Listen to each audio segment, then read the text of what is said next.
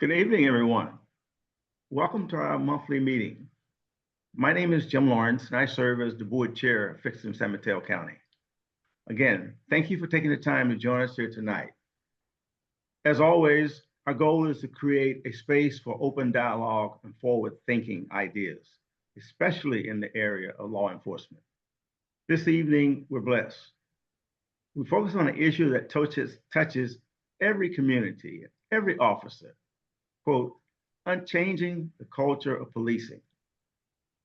We're honored, really, to have our speaker tonight with us, who has the insight and experience that I'm sure will inspire meaningful reflection and discussion.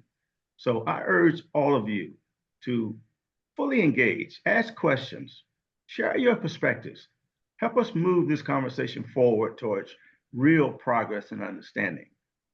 So without further ado, I'll pass the mic to our esteemed founder and executive director, Ms. Nancy Goodban. Thanks, Jim. And I just wanted to take a minute to welcome Lisa, and then we will hear from Lisa. Lisa Broderick is the founder and director of Police to Peace.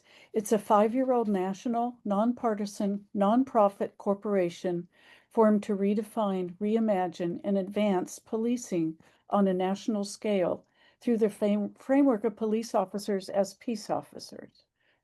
They have expanded the program to include peace officer wording on uniforms, and they were awarded municipal contracts to bring communities and police together after critical events, such as police-involved shootings. In 2022, Police to Peace launched online training for police and community members, along with free tools which seek to advance the culture of policing and increase public trust and confidence. Lisa holds a BA in economics from Stanford University and an MBA in global finance and management from Duke University. She's president of Rotary International District 5330 Club of World Peace, a member of Mediators Beyond Borders International, the United Nations Association, the Alliance for Peacebuilding, and Women in Technology. Welcome, Lisa. We are honored to have you here. Thank you so much. Thank you all for being here. And it's very heartwarming to see groups like this around the country. We were speaking a little bit before people joined, and it's a challenging time for public safety for communities around the country. And really, I think communities are reimagining what their local policing agencies can be like, and the officers themselves are reimagining that as well. So in the spirit of that, I'll share a little presentation that we do and get started and talk a little bit about the culture of policing.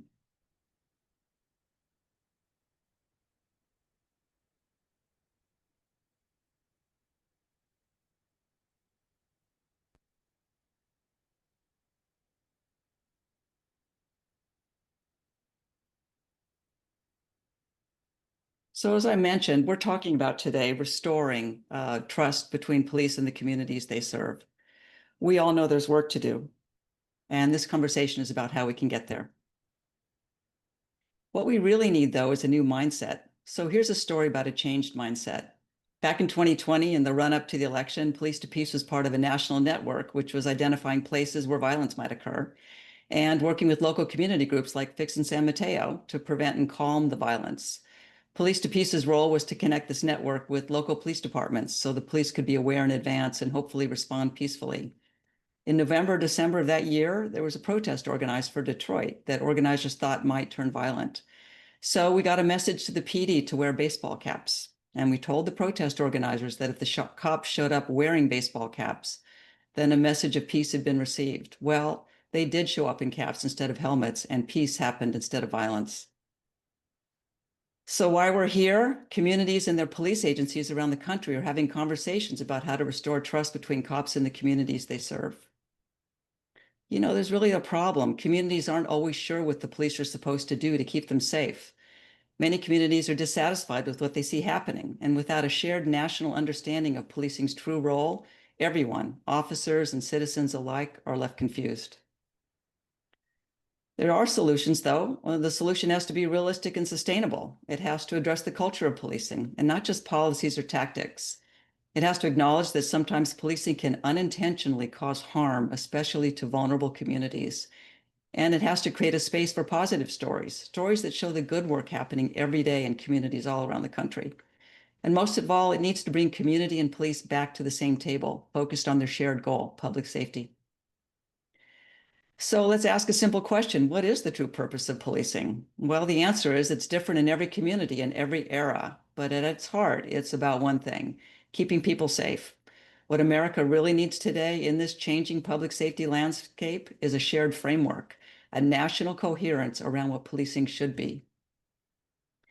You know, when we ask people what they want from policing, the answer is surprisingly consistent.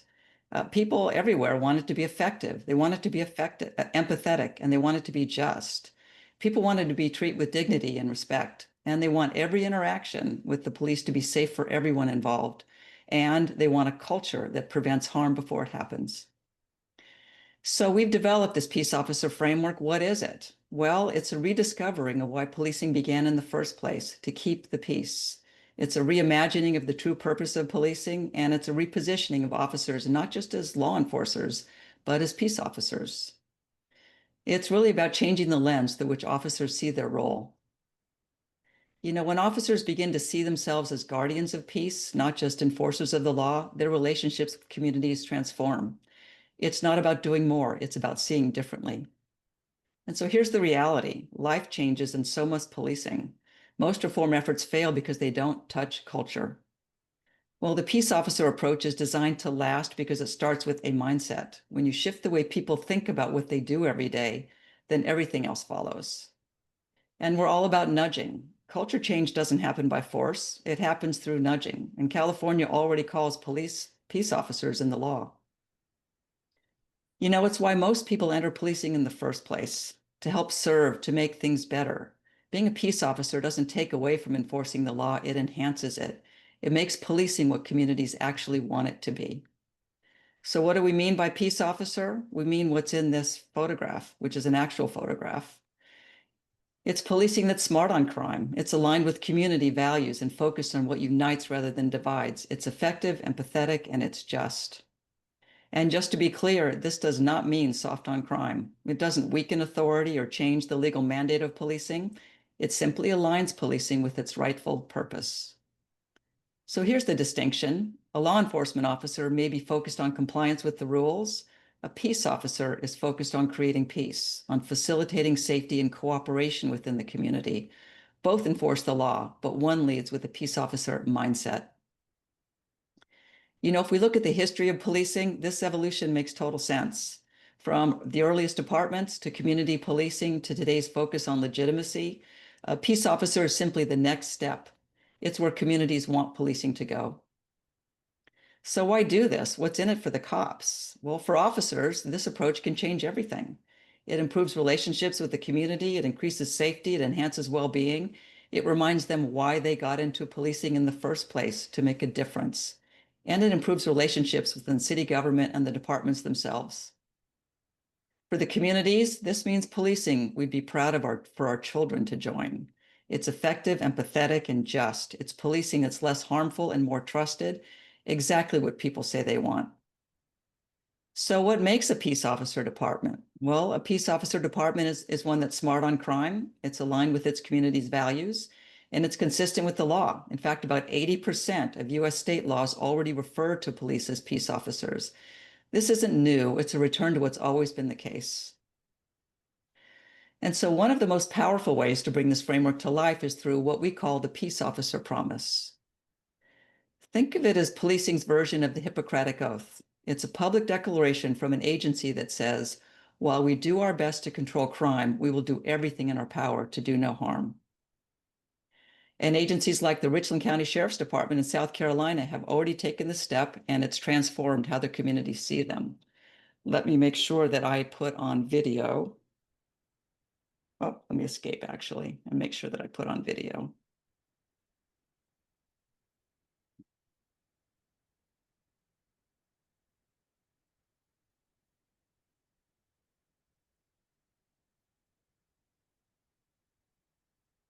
Oh, I did.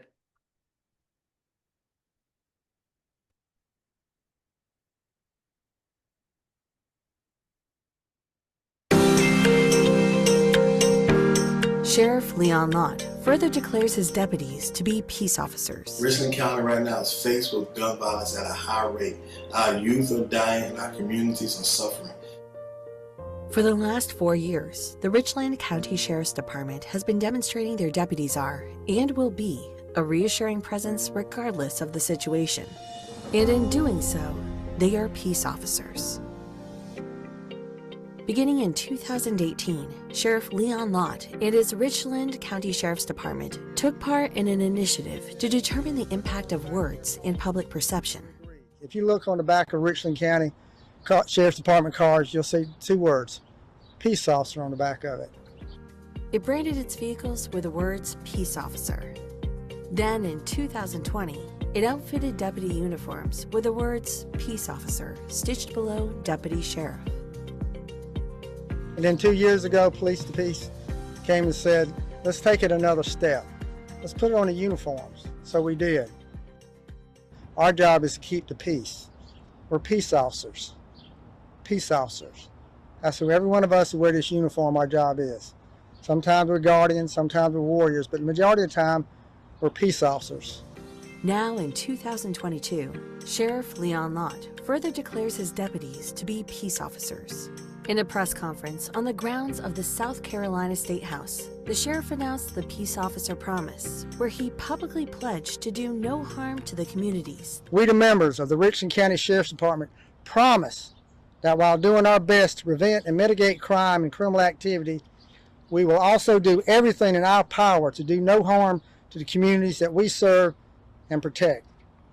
In point of fact, we see our responsibility as peace officers to befriend and bring a tangible sense of security and harmony to those whom we have sworn to serve and protect.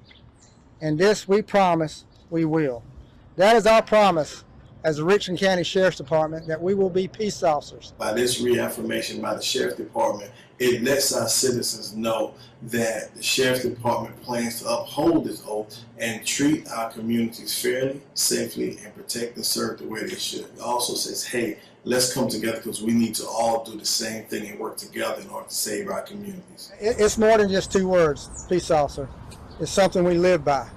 And this is a pledge that we've lived by for quite some time. Now we just demonstrated it. We demonstrated it on our cars.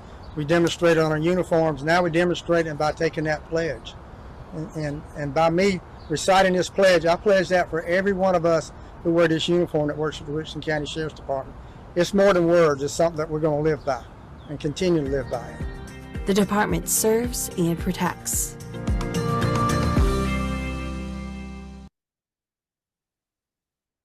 So you saw an example of what Peace Officer Promise is in action. And you know, it also includes, it's not just words, it can include measurable goals.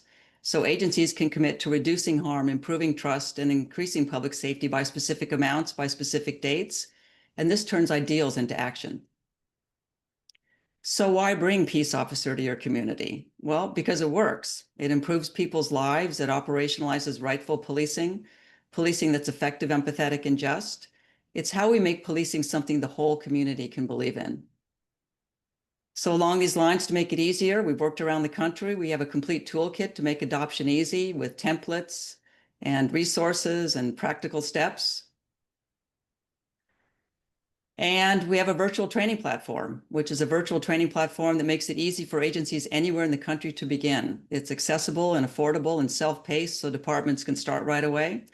We are certified for training credits in most states, including California, in terms of police officers taking this course, taking our live course, and also our on-site course in order to earn training credits. And the on-site training is for deeper engagement. So it's where leadership and officers can come together in person to build culture and skills and a shared understanding. So thank you for spending this time with me. You know, Police to Peace, we're a nonprofit organization like you. We're committed to transforming the culture of policing nationwide. And you can reach me anytime. My contact information is on the screen. I'd love to work together to bring rightful policing and the peace officer framework to your community. So thanks very much.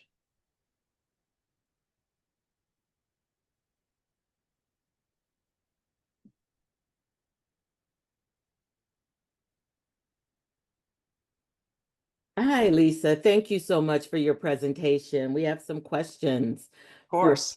so that hopefully we can get a better understanding of what your group is doing.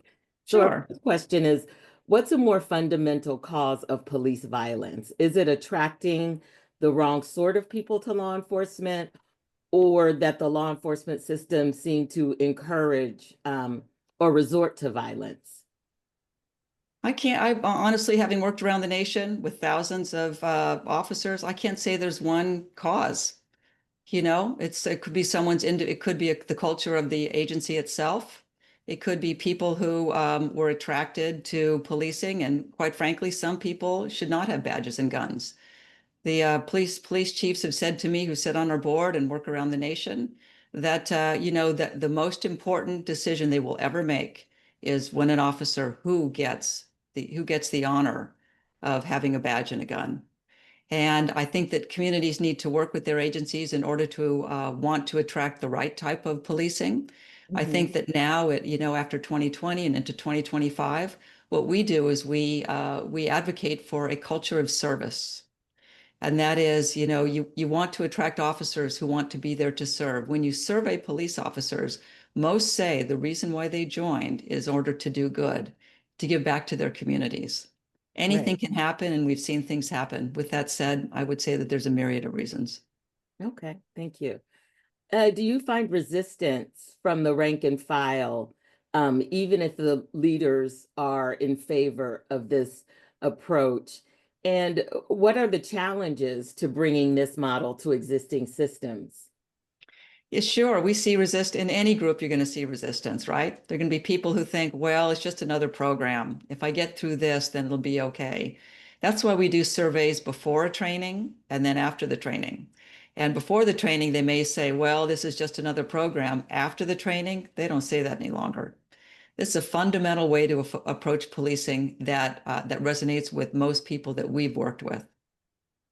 Okay, okay. And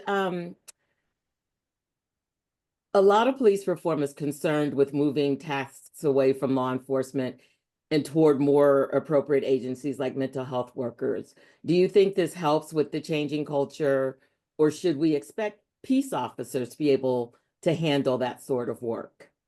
As we have seen increasingly mental health be responded to by police. Think about this. Police are the only 24-hour first responders in the community that will always come, right?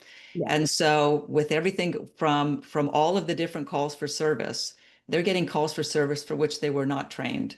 We greatly support mental health co-response, mental health training within police departments, and third-party groups, such as you have in Oregon, which accompany the police. All of those help the police in doing their work better. Okay, great. So sometimes it seems like a lack of accountability and maybe qualified immunity seem to create bad incentives. Can you talk a little bit about how having stronger accountability helps law enforcement agencies to hire better officers or deputies? I have to say, I don't think that outside approaches really work very well. If you look at most police reform approaches that have been taken since 2020 and even before, it's the culture of policing. It's the agency wanting to be serving the community that has actually transformed policing, not incentives or outside, again, I can only call them approaches. From all the different things you could use for police reform, they generally don't work. What does work is changing policing from the inside. At least that's our approach. Okay. And how can you tell if your program has made an actual difference in the community? Well, we are doing a 10-year longitudinal study on all of our agencies. So when we go in as part of our funded grants with the Department of Justice, we do surveys of community sentiment and police sentiment beforehand, and then the year before, and then we do the training the year of, and then we do the same surveys for every year thereafter for 10 years. And that research is being held by the University of South Carolina in order to show that it does work. Okay. And can you tell us a little bit more about departments that push back on this idea? Well, it's individual. It's an individual choice by the police leader. Police leaders need to feel comfortable with this. They need to feel that their workforce, the rank and file, are supportive of it as well. If the police leader doesn't have the support of their workforce, it's not going to work very well. That's why we do everything from the inside. That's when we go in. We don't go in and it's one and done. We are there for a year with police leaders and police chiefs working with the police leaders who are there in order to affect change and working with the communities. Thank you. Do you find any differences across the country in terms of different regions, in terms of who's willing to adopt this model? Are there differences between sheriff's offices versus police departments in their willingness to adopt this model? No, it is all the police leader. From the deep south to the northeast, to the northwest, to the south, to the southwest, to California, all over the nation. It's the individual police leader who wants to affect the culture of their of their agency in order to affect changes like this for better public trust and confidence in the police.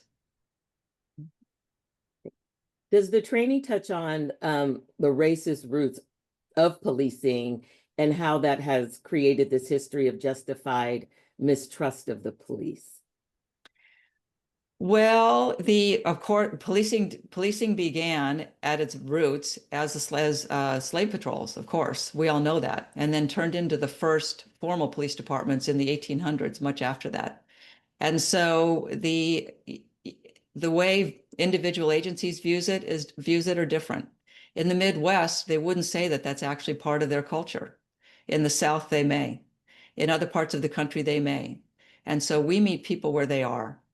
And so if someplace in the Midwest, that's not part of how they ever learned about policing in the Southwest were peace officers who were Wyatt Earp, and they didn't have much to do with that in their minds. So when we teach the history of policing, we teach the true history of policing, and then the agency shapes it in a way so that their officers can hear it and affect change from the inside. And on your survey, what is the biggest concern with this models that officers had when they started learning about it? That's a good question. I wouldn't say that it is, when people haven't been through the training, before they've been through the training, they think that this is soft on crime, but that's actually not true. Research has consistently shown over many, many years that communities that like and trust their police are safer. And so a police leader who is smart, who wants a safer community for both officers and community members, will build that trust. And that's what our model is all about. Following up, how do you educate the community, or how does the community get educated about the fact that safety is not compromised? We provide the same training that we provide to the police to the communities. The elected officials have their own training and the community has their own training, so that everybody has their own training. And again, we're there for 6 months or a year, spending time with the community, spending time with the agencies, with the elected officials. We've even had cities change their city charter to reflect this. That's how much they wanted to include this in the culture and in the DNA of the community. Okay. And so one of the issues, of course, coming up currently is ICE, and how in places like Chicago and Portland, it's ICE or the Border Patrol that's causing the violence. What obligations do peace officers have, or should they have, to stop violence from other law enforcement agencies? Yeah, well, it's a good question, and I speak on that around the country. And so it is complicated, as you probably heard. There's something called the Supremacy Clause. The Supremacy Clause in federal law means that the federal government can enforce federal laws in states and that without the interference of communities or people or even the local police. And the police are there to protect their communities. So I think what you've seen happen is you've seen the police with their community members, and they are in most instances really unable to interfere in instances that happen.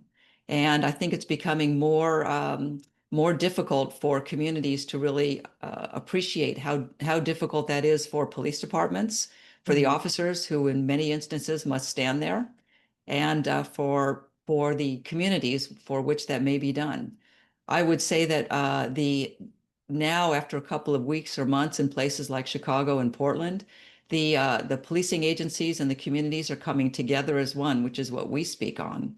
so that they stand as one together. And then and the enforcement of ICE, which the federal government can do, goes on as long as it goes on. But it is the community and the police.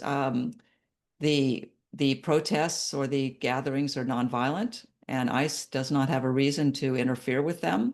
And the police are there in order to keep people safe. Again, it's complicated, but there is the supremacy clause, which local police need to observe and abide by. Okay. And so can you talk more about, once the officers have had the training, how do they put it into practice? What does it look like? What does their work look like after they've had this training? I would say that it changes their mindset. You know, are you there to enforce the law, or are you there to keep the peace, be a peace officer first, keep the peace first, with law enforcement responsibilities? When you make that shift, and let's say you have a traffic stop, and in that traffic stop you have the ability to let the driver go, who may be the sole breadwinner for that family, and you do not have to impound the car.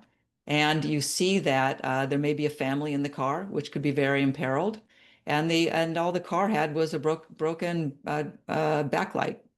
And so you could make a decision as an officer.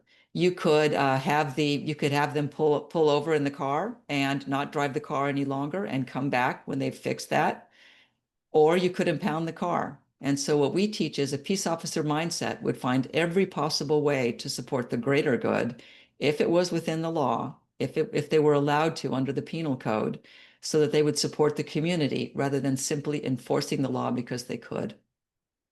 Okay.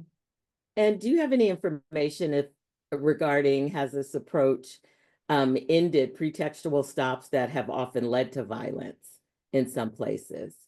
No, Where we they have no, stop? yeah, no, we have no research on that. Again, Okay. we're teaching a mindset. There are 18,000 roughly police departments and anywhere between 600 and 8,000 local municipal officers. It's going to take a while. Our goal is to transform 1/3 of Americans' policing agencies, 6,000 agencies. When you do that, you'll have a tipping point, and maybe a lot of these problems will simply fall by the wayside because they have a different mindset. That's our hope. Thank you. And are your trainers civilians or peace officers? They're police chiefs. All of our trainers are retired or currently serving police officers or police chiefs.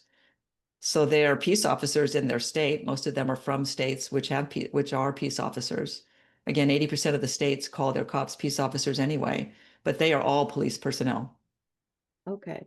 And have you done any of this training in the Bay Area? Foster City was a very early agency of ours. Tracy Okay. Avalar, she was wonderful. And yeah, she's terrific. Hey, Jim. And around other places around California, but I would say Foster City in the Bay Area would be one that I recall. Okay. And how large is your organization? We're about 30 people. And so I'm here in DC, but we're located all over the country, and the police chiefs are all over the country. Again, some are currently serving as police chiefs and sheriffs, Okay. and others are retired and doing this type of work because they want to give back to their communities. So you work with police departments and sheriff's offices? Equally, as you saw from the video, that's a sheriff's department. There are 3,000 sheriff's departments and about 15,000 police departments. So there's more police departments and sheriff's departments. Okay. And then there's a question about the training. Is a year enough? Do you find that it's enough? And I think you said that you all follow up for 10 years.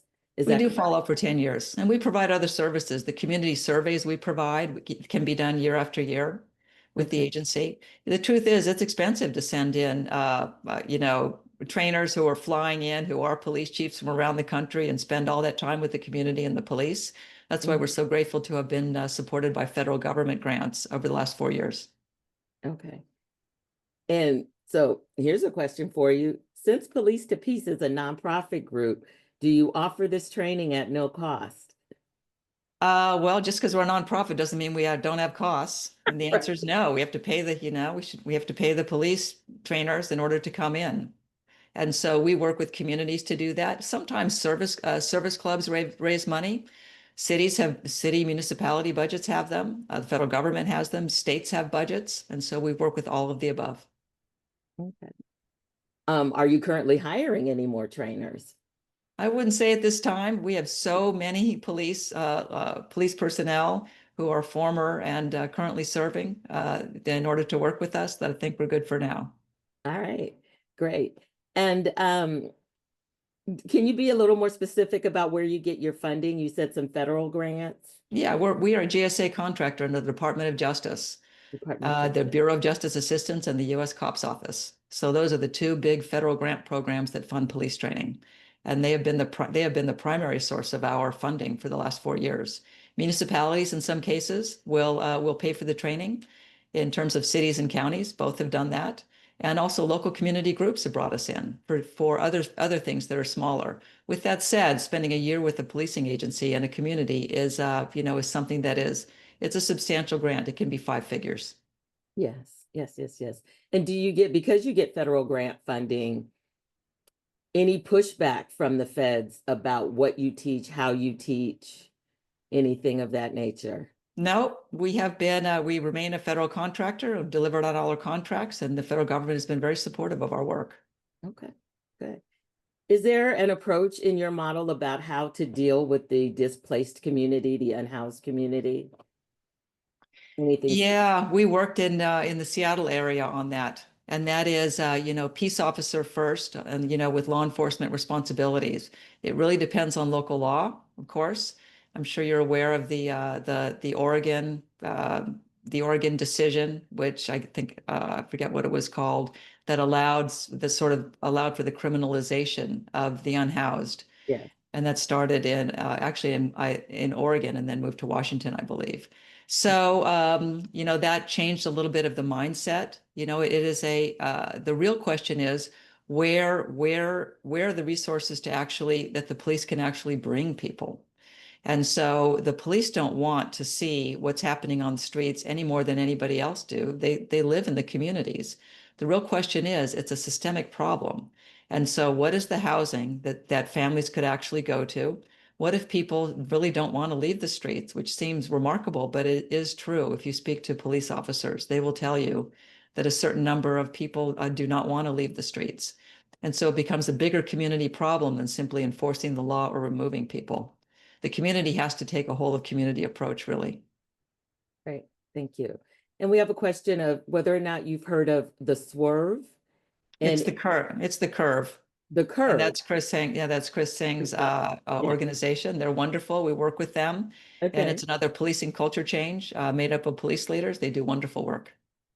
And their vision is aligned with your vision as well, would you say? Absolutely. Okay. Okay.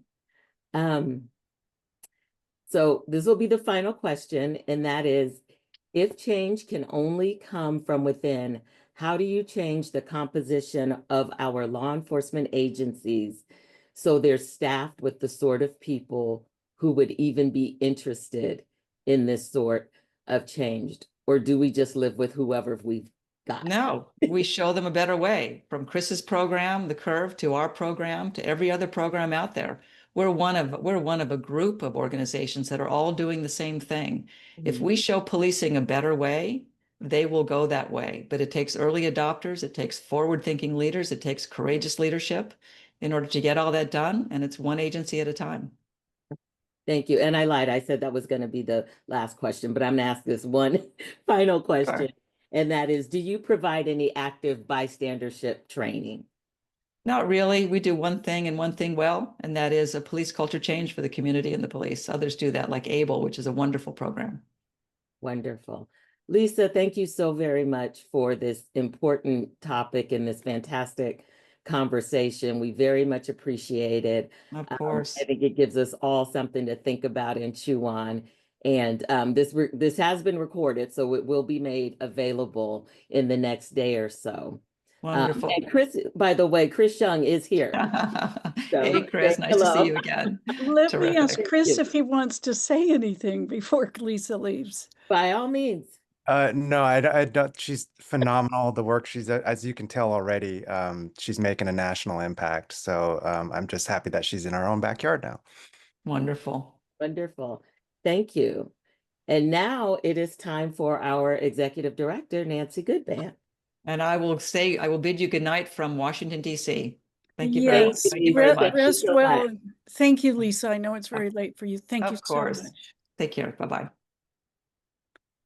So we normally say a little bit at the beginning about what's going on locally, and this time we really wanted Lisa to have a chance to get in and out before midnight or whatever. So what people probably are aware of, just to remind them that we're in the process of selecting a new sheriff, and Trina's going to give us some kind of action items on what we can do about that. But what happened is the board removed the former sheriff, for misconduct on October 14th. And then on October 28th, they had a public meeting with 300 people, public comment about what kind of way that we wanted to select a sheriff.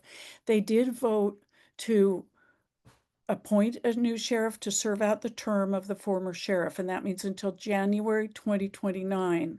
That's when the next president will also get, signed in, sworn in. And they decided to do that rather than a temporary appointment followed by a special election, really because people wanted a little bit more stability a little bit sooner, and that way you could get someone in to work on the office. So the county, to their great credit, has really involved the public, and they came out and did a number of public meetings. On November 6th, the applications closed on November 5th. The applications were only open about a week. And then on November 6th, the county had a public board of supervisors meeting and interviewed all 6 candidates that were qualified, and one had dropped out. There were actually 7 that were qualified. And they picked at that time 3 finalists. This was a public meeting. There was public comment. At the same time, the board scheduled a candidate forum, which was last night, and they had all of the public submit any comments, any questions they wanted to up through November 7th, and then they compiled all those comments and questions. There were about 400 questions that were sent in, and they categorized them. And so last night there was a public forum in person and on Zoom, where the candidates were asked by the moderators all these questions and were able to answer. So that gave the public a better sense. Now they've seen the candidates interviewed once and the finalists interviewed once. Their videos and applications are all on the website. The final step is huge. Tomorrow morning at 9 o'clock, the Board of Supervisors is going to interview these 3 last finalists. Remember, on November 6th, they interviewed all 6 people and chose 3 finalists.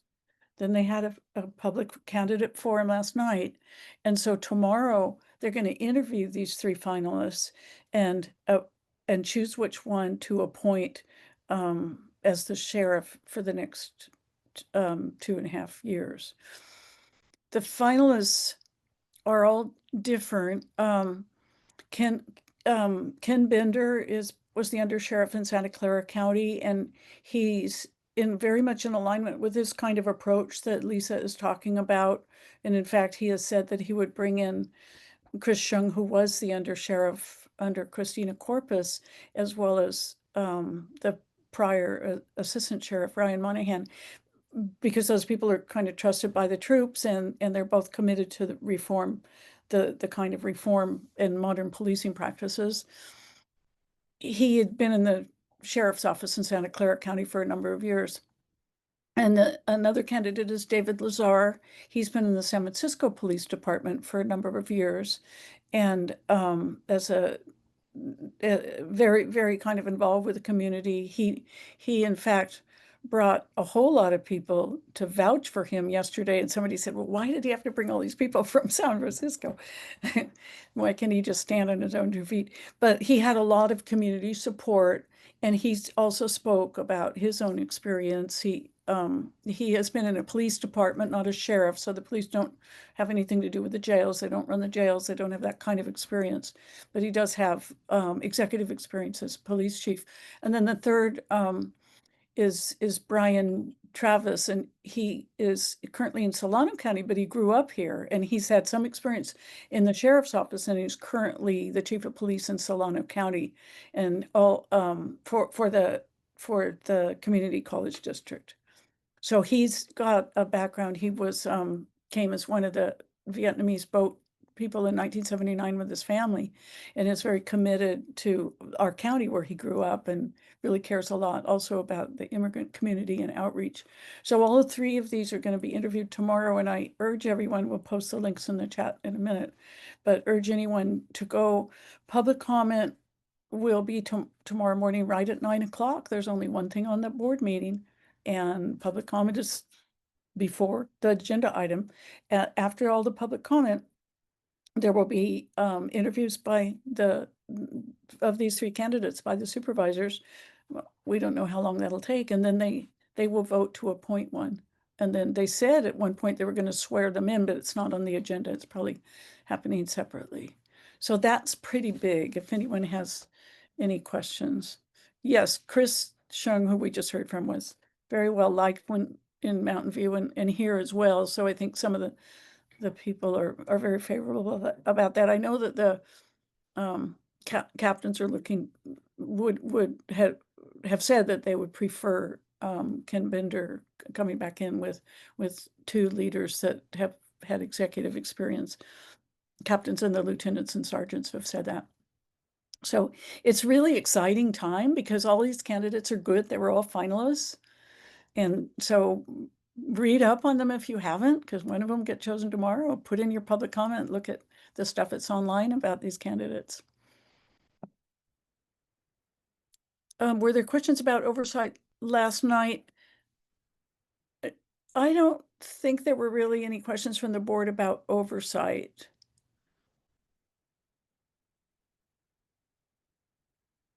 So yeah, and Kay, thank you for putting in the curve.org as in the link in the chat. We'll send that out as well as the Police to Peace. And it was really good to hear from Lisa that there's a number of organizations working on changing the culture of policing. And these two were really lucky that Chris, who lives here in our county, is the executive director of the Curve. And Lisa, as she had said, has been working some in Foster City, which is great, where Jim used to be mayor. And thank you for posting that link too, Beth. So I think now we are close to the end, and so Trina's going to give us our action items, which I hinted at. Yes. Well, I do only have 3 action items, which are wonderful. They're not going to be hard to do at all. And the first one is, of course, the meeting tomorrow. If you can make comment in public at the meeting, in person, I should say, that would be great.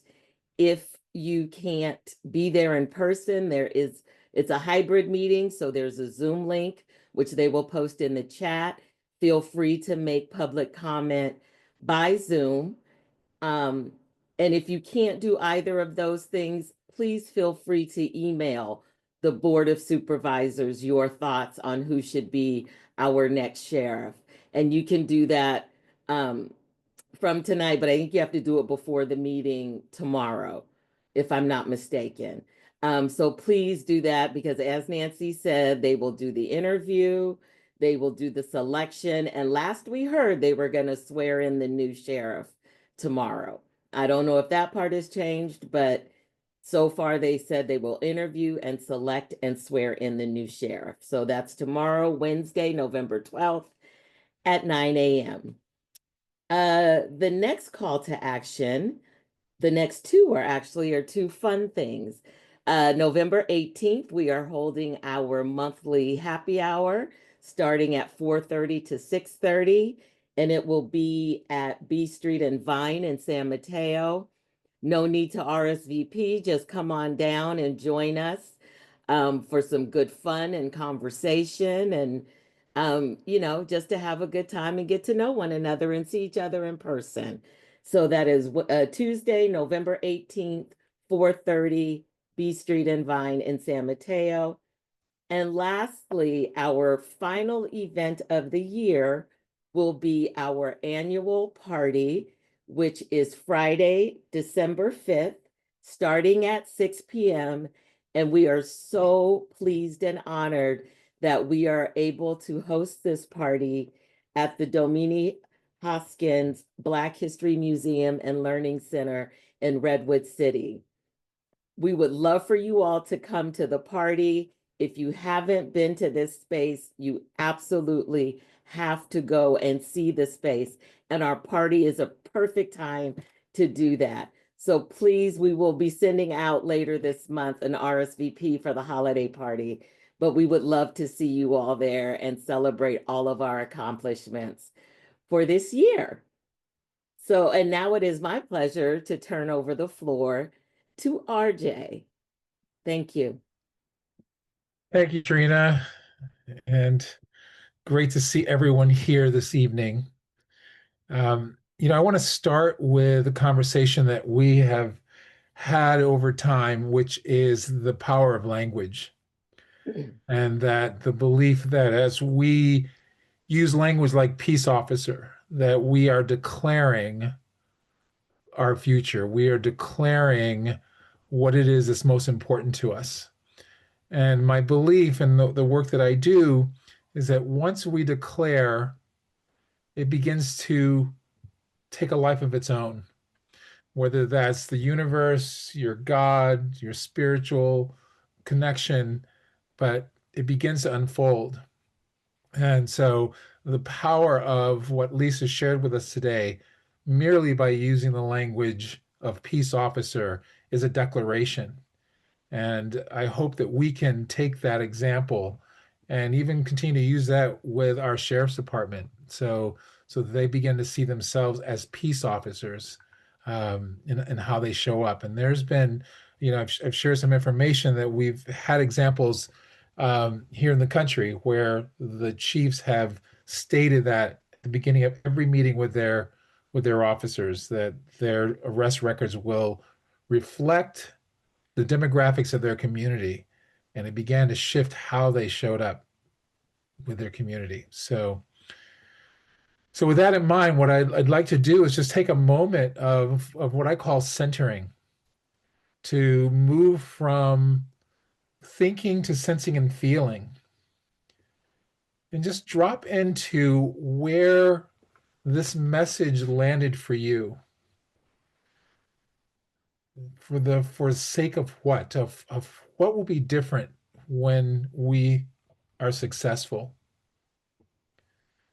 And just begin by taking a breath up through the body into the sky, the heavens, and allow that thread to just bring us up into our dignity in connection with each other.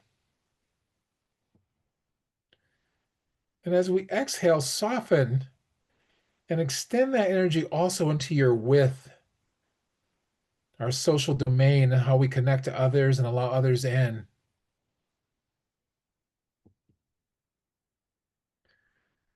And the next breath is our depth. And our depth is this sense of, if you rock a little bit to the back, it's your reptilian tail. It's our ancestral journey that got us here. And they're still with us. And we can feel them at our back, that we don't have to manufacture the answer, that it's already there. It flows through us. And the other side of that is the front, which is longing for what we see as possible. The community that we are working for, that we want safe, want connected to our law enforcement, to our peace officers, and that growth. And your next breath, this last breath in this exercise, is around your organizing principle. What are you committed to? I am committed to honoring the dignity and the self-worth of all beings. And that began with me being able to ask for what I felt I was worth, because I was taught to take what was given. But what I want for myself and those all around the conference room table is that we are all honored, that we're all safe, that we're all cared for. that we can look at our law enforcement as peace officers, that we are in this together.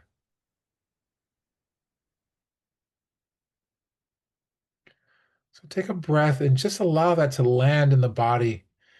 Notice where you might feel tingling or numbness, or what is it invoking in us as we move forward.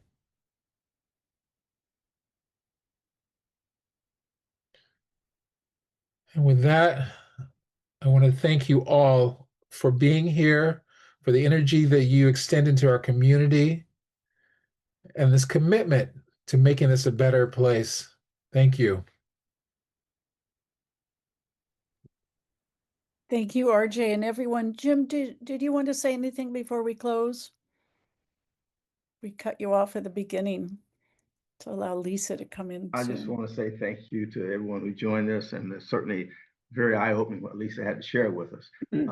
As she mentioned Foster City, I must admit I had no idea that I had been in Foster City, but I'm so glad it did. You did good. Thanks everybody for joining us tonight. You never know. Things are so close to you that you never know they're there. Right. Thank you.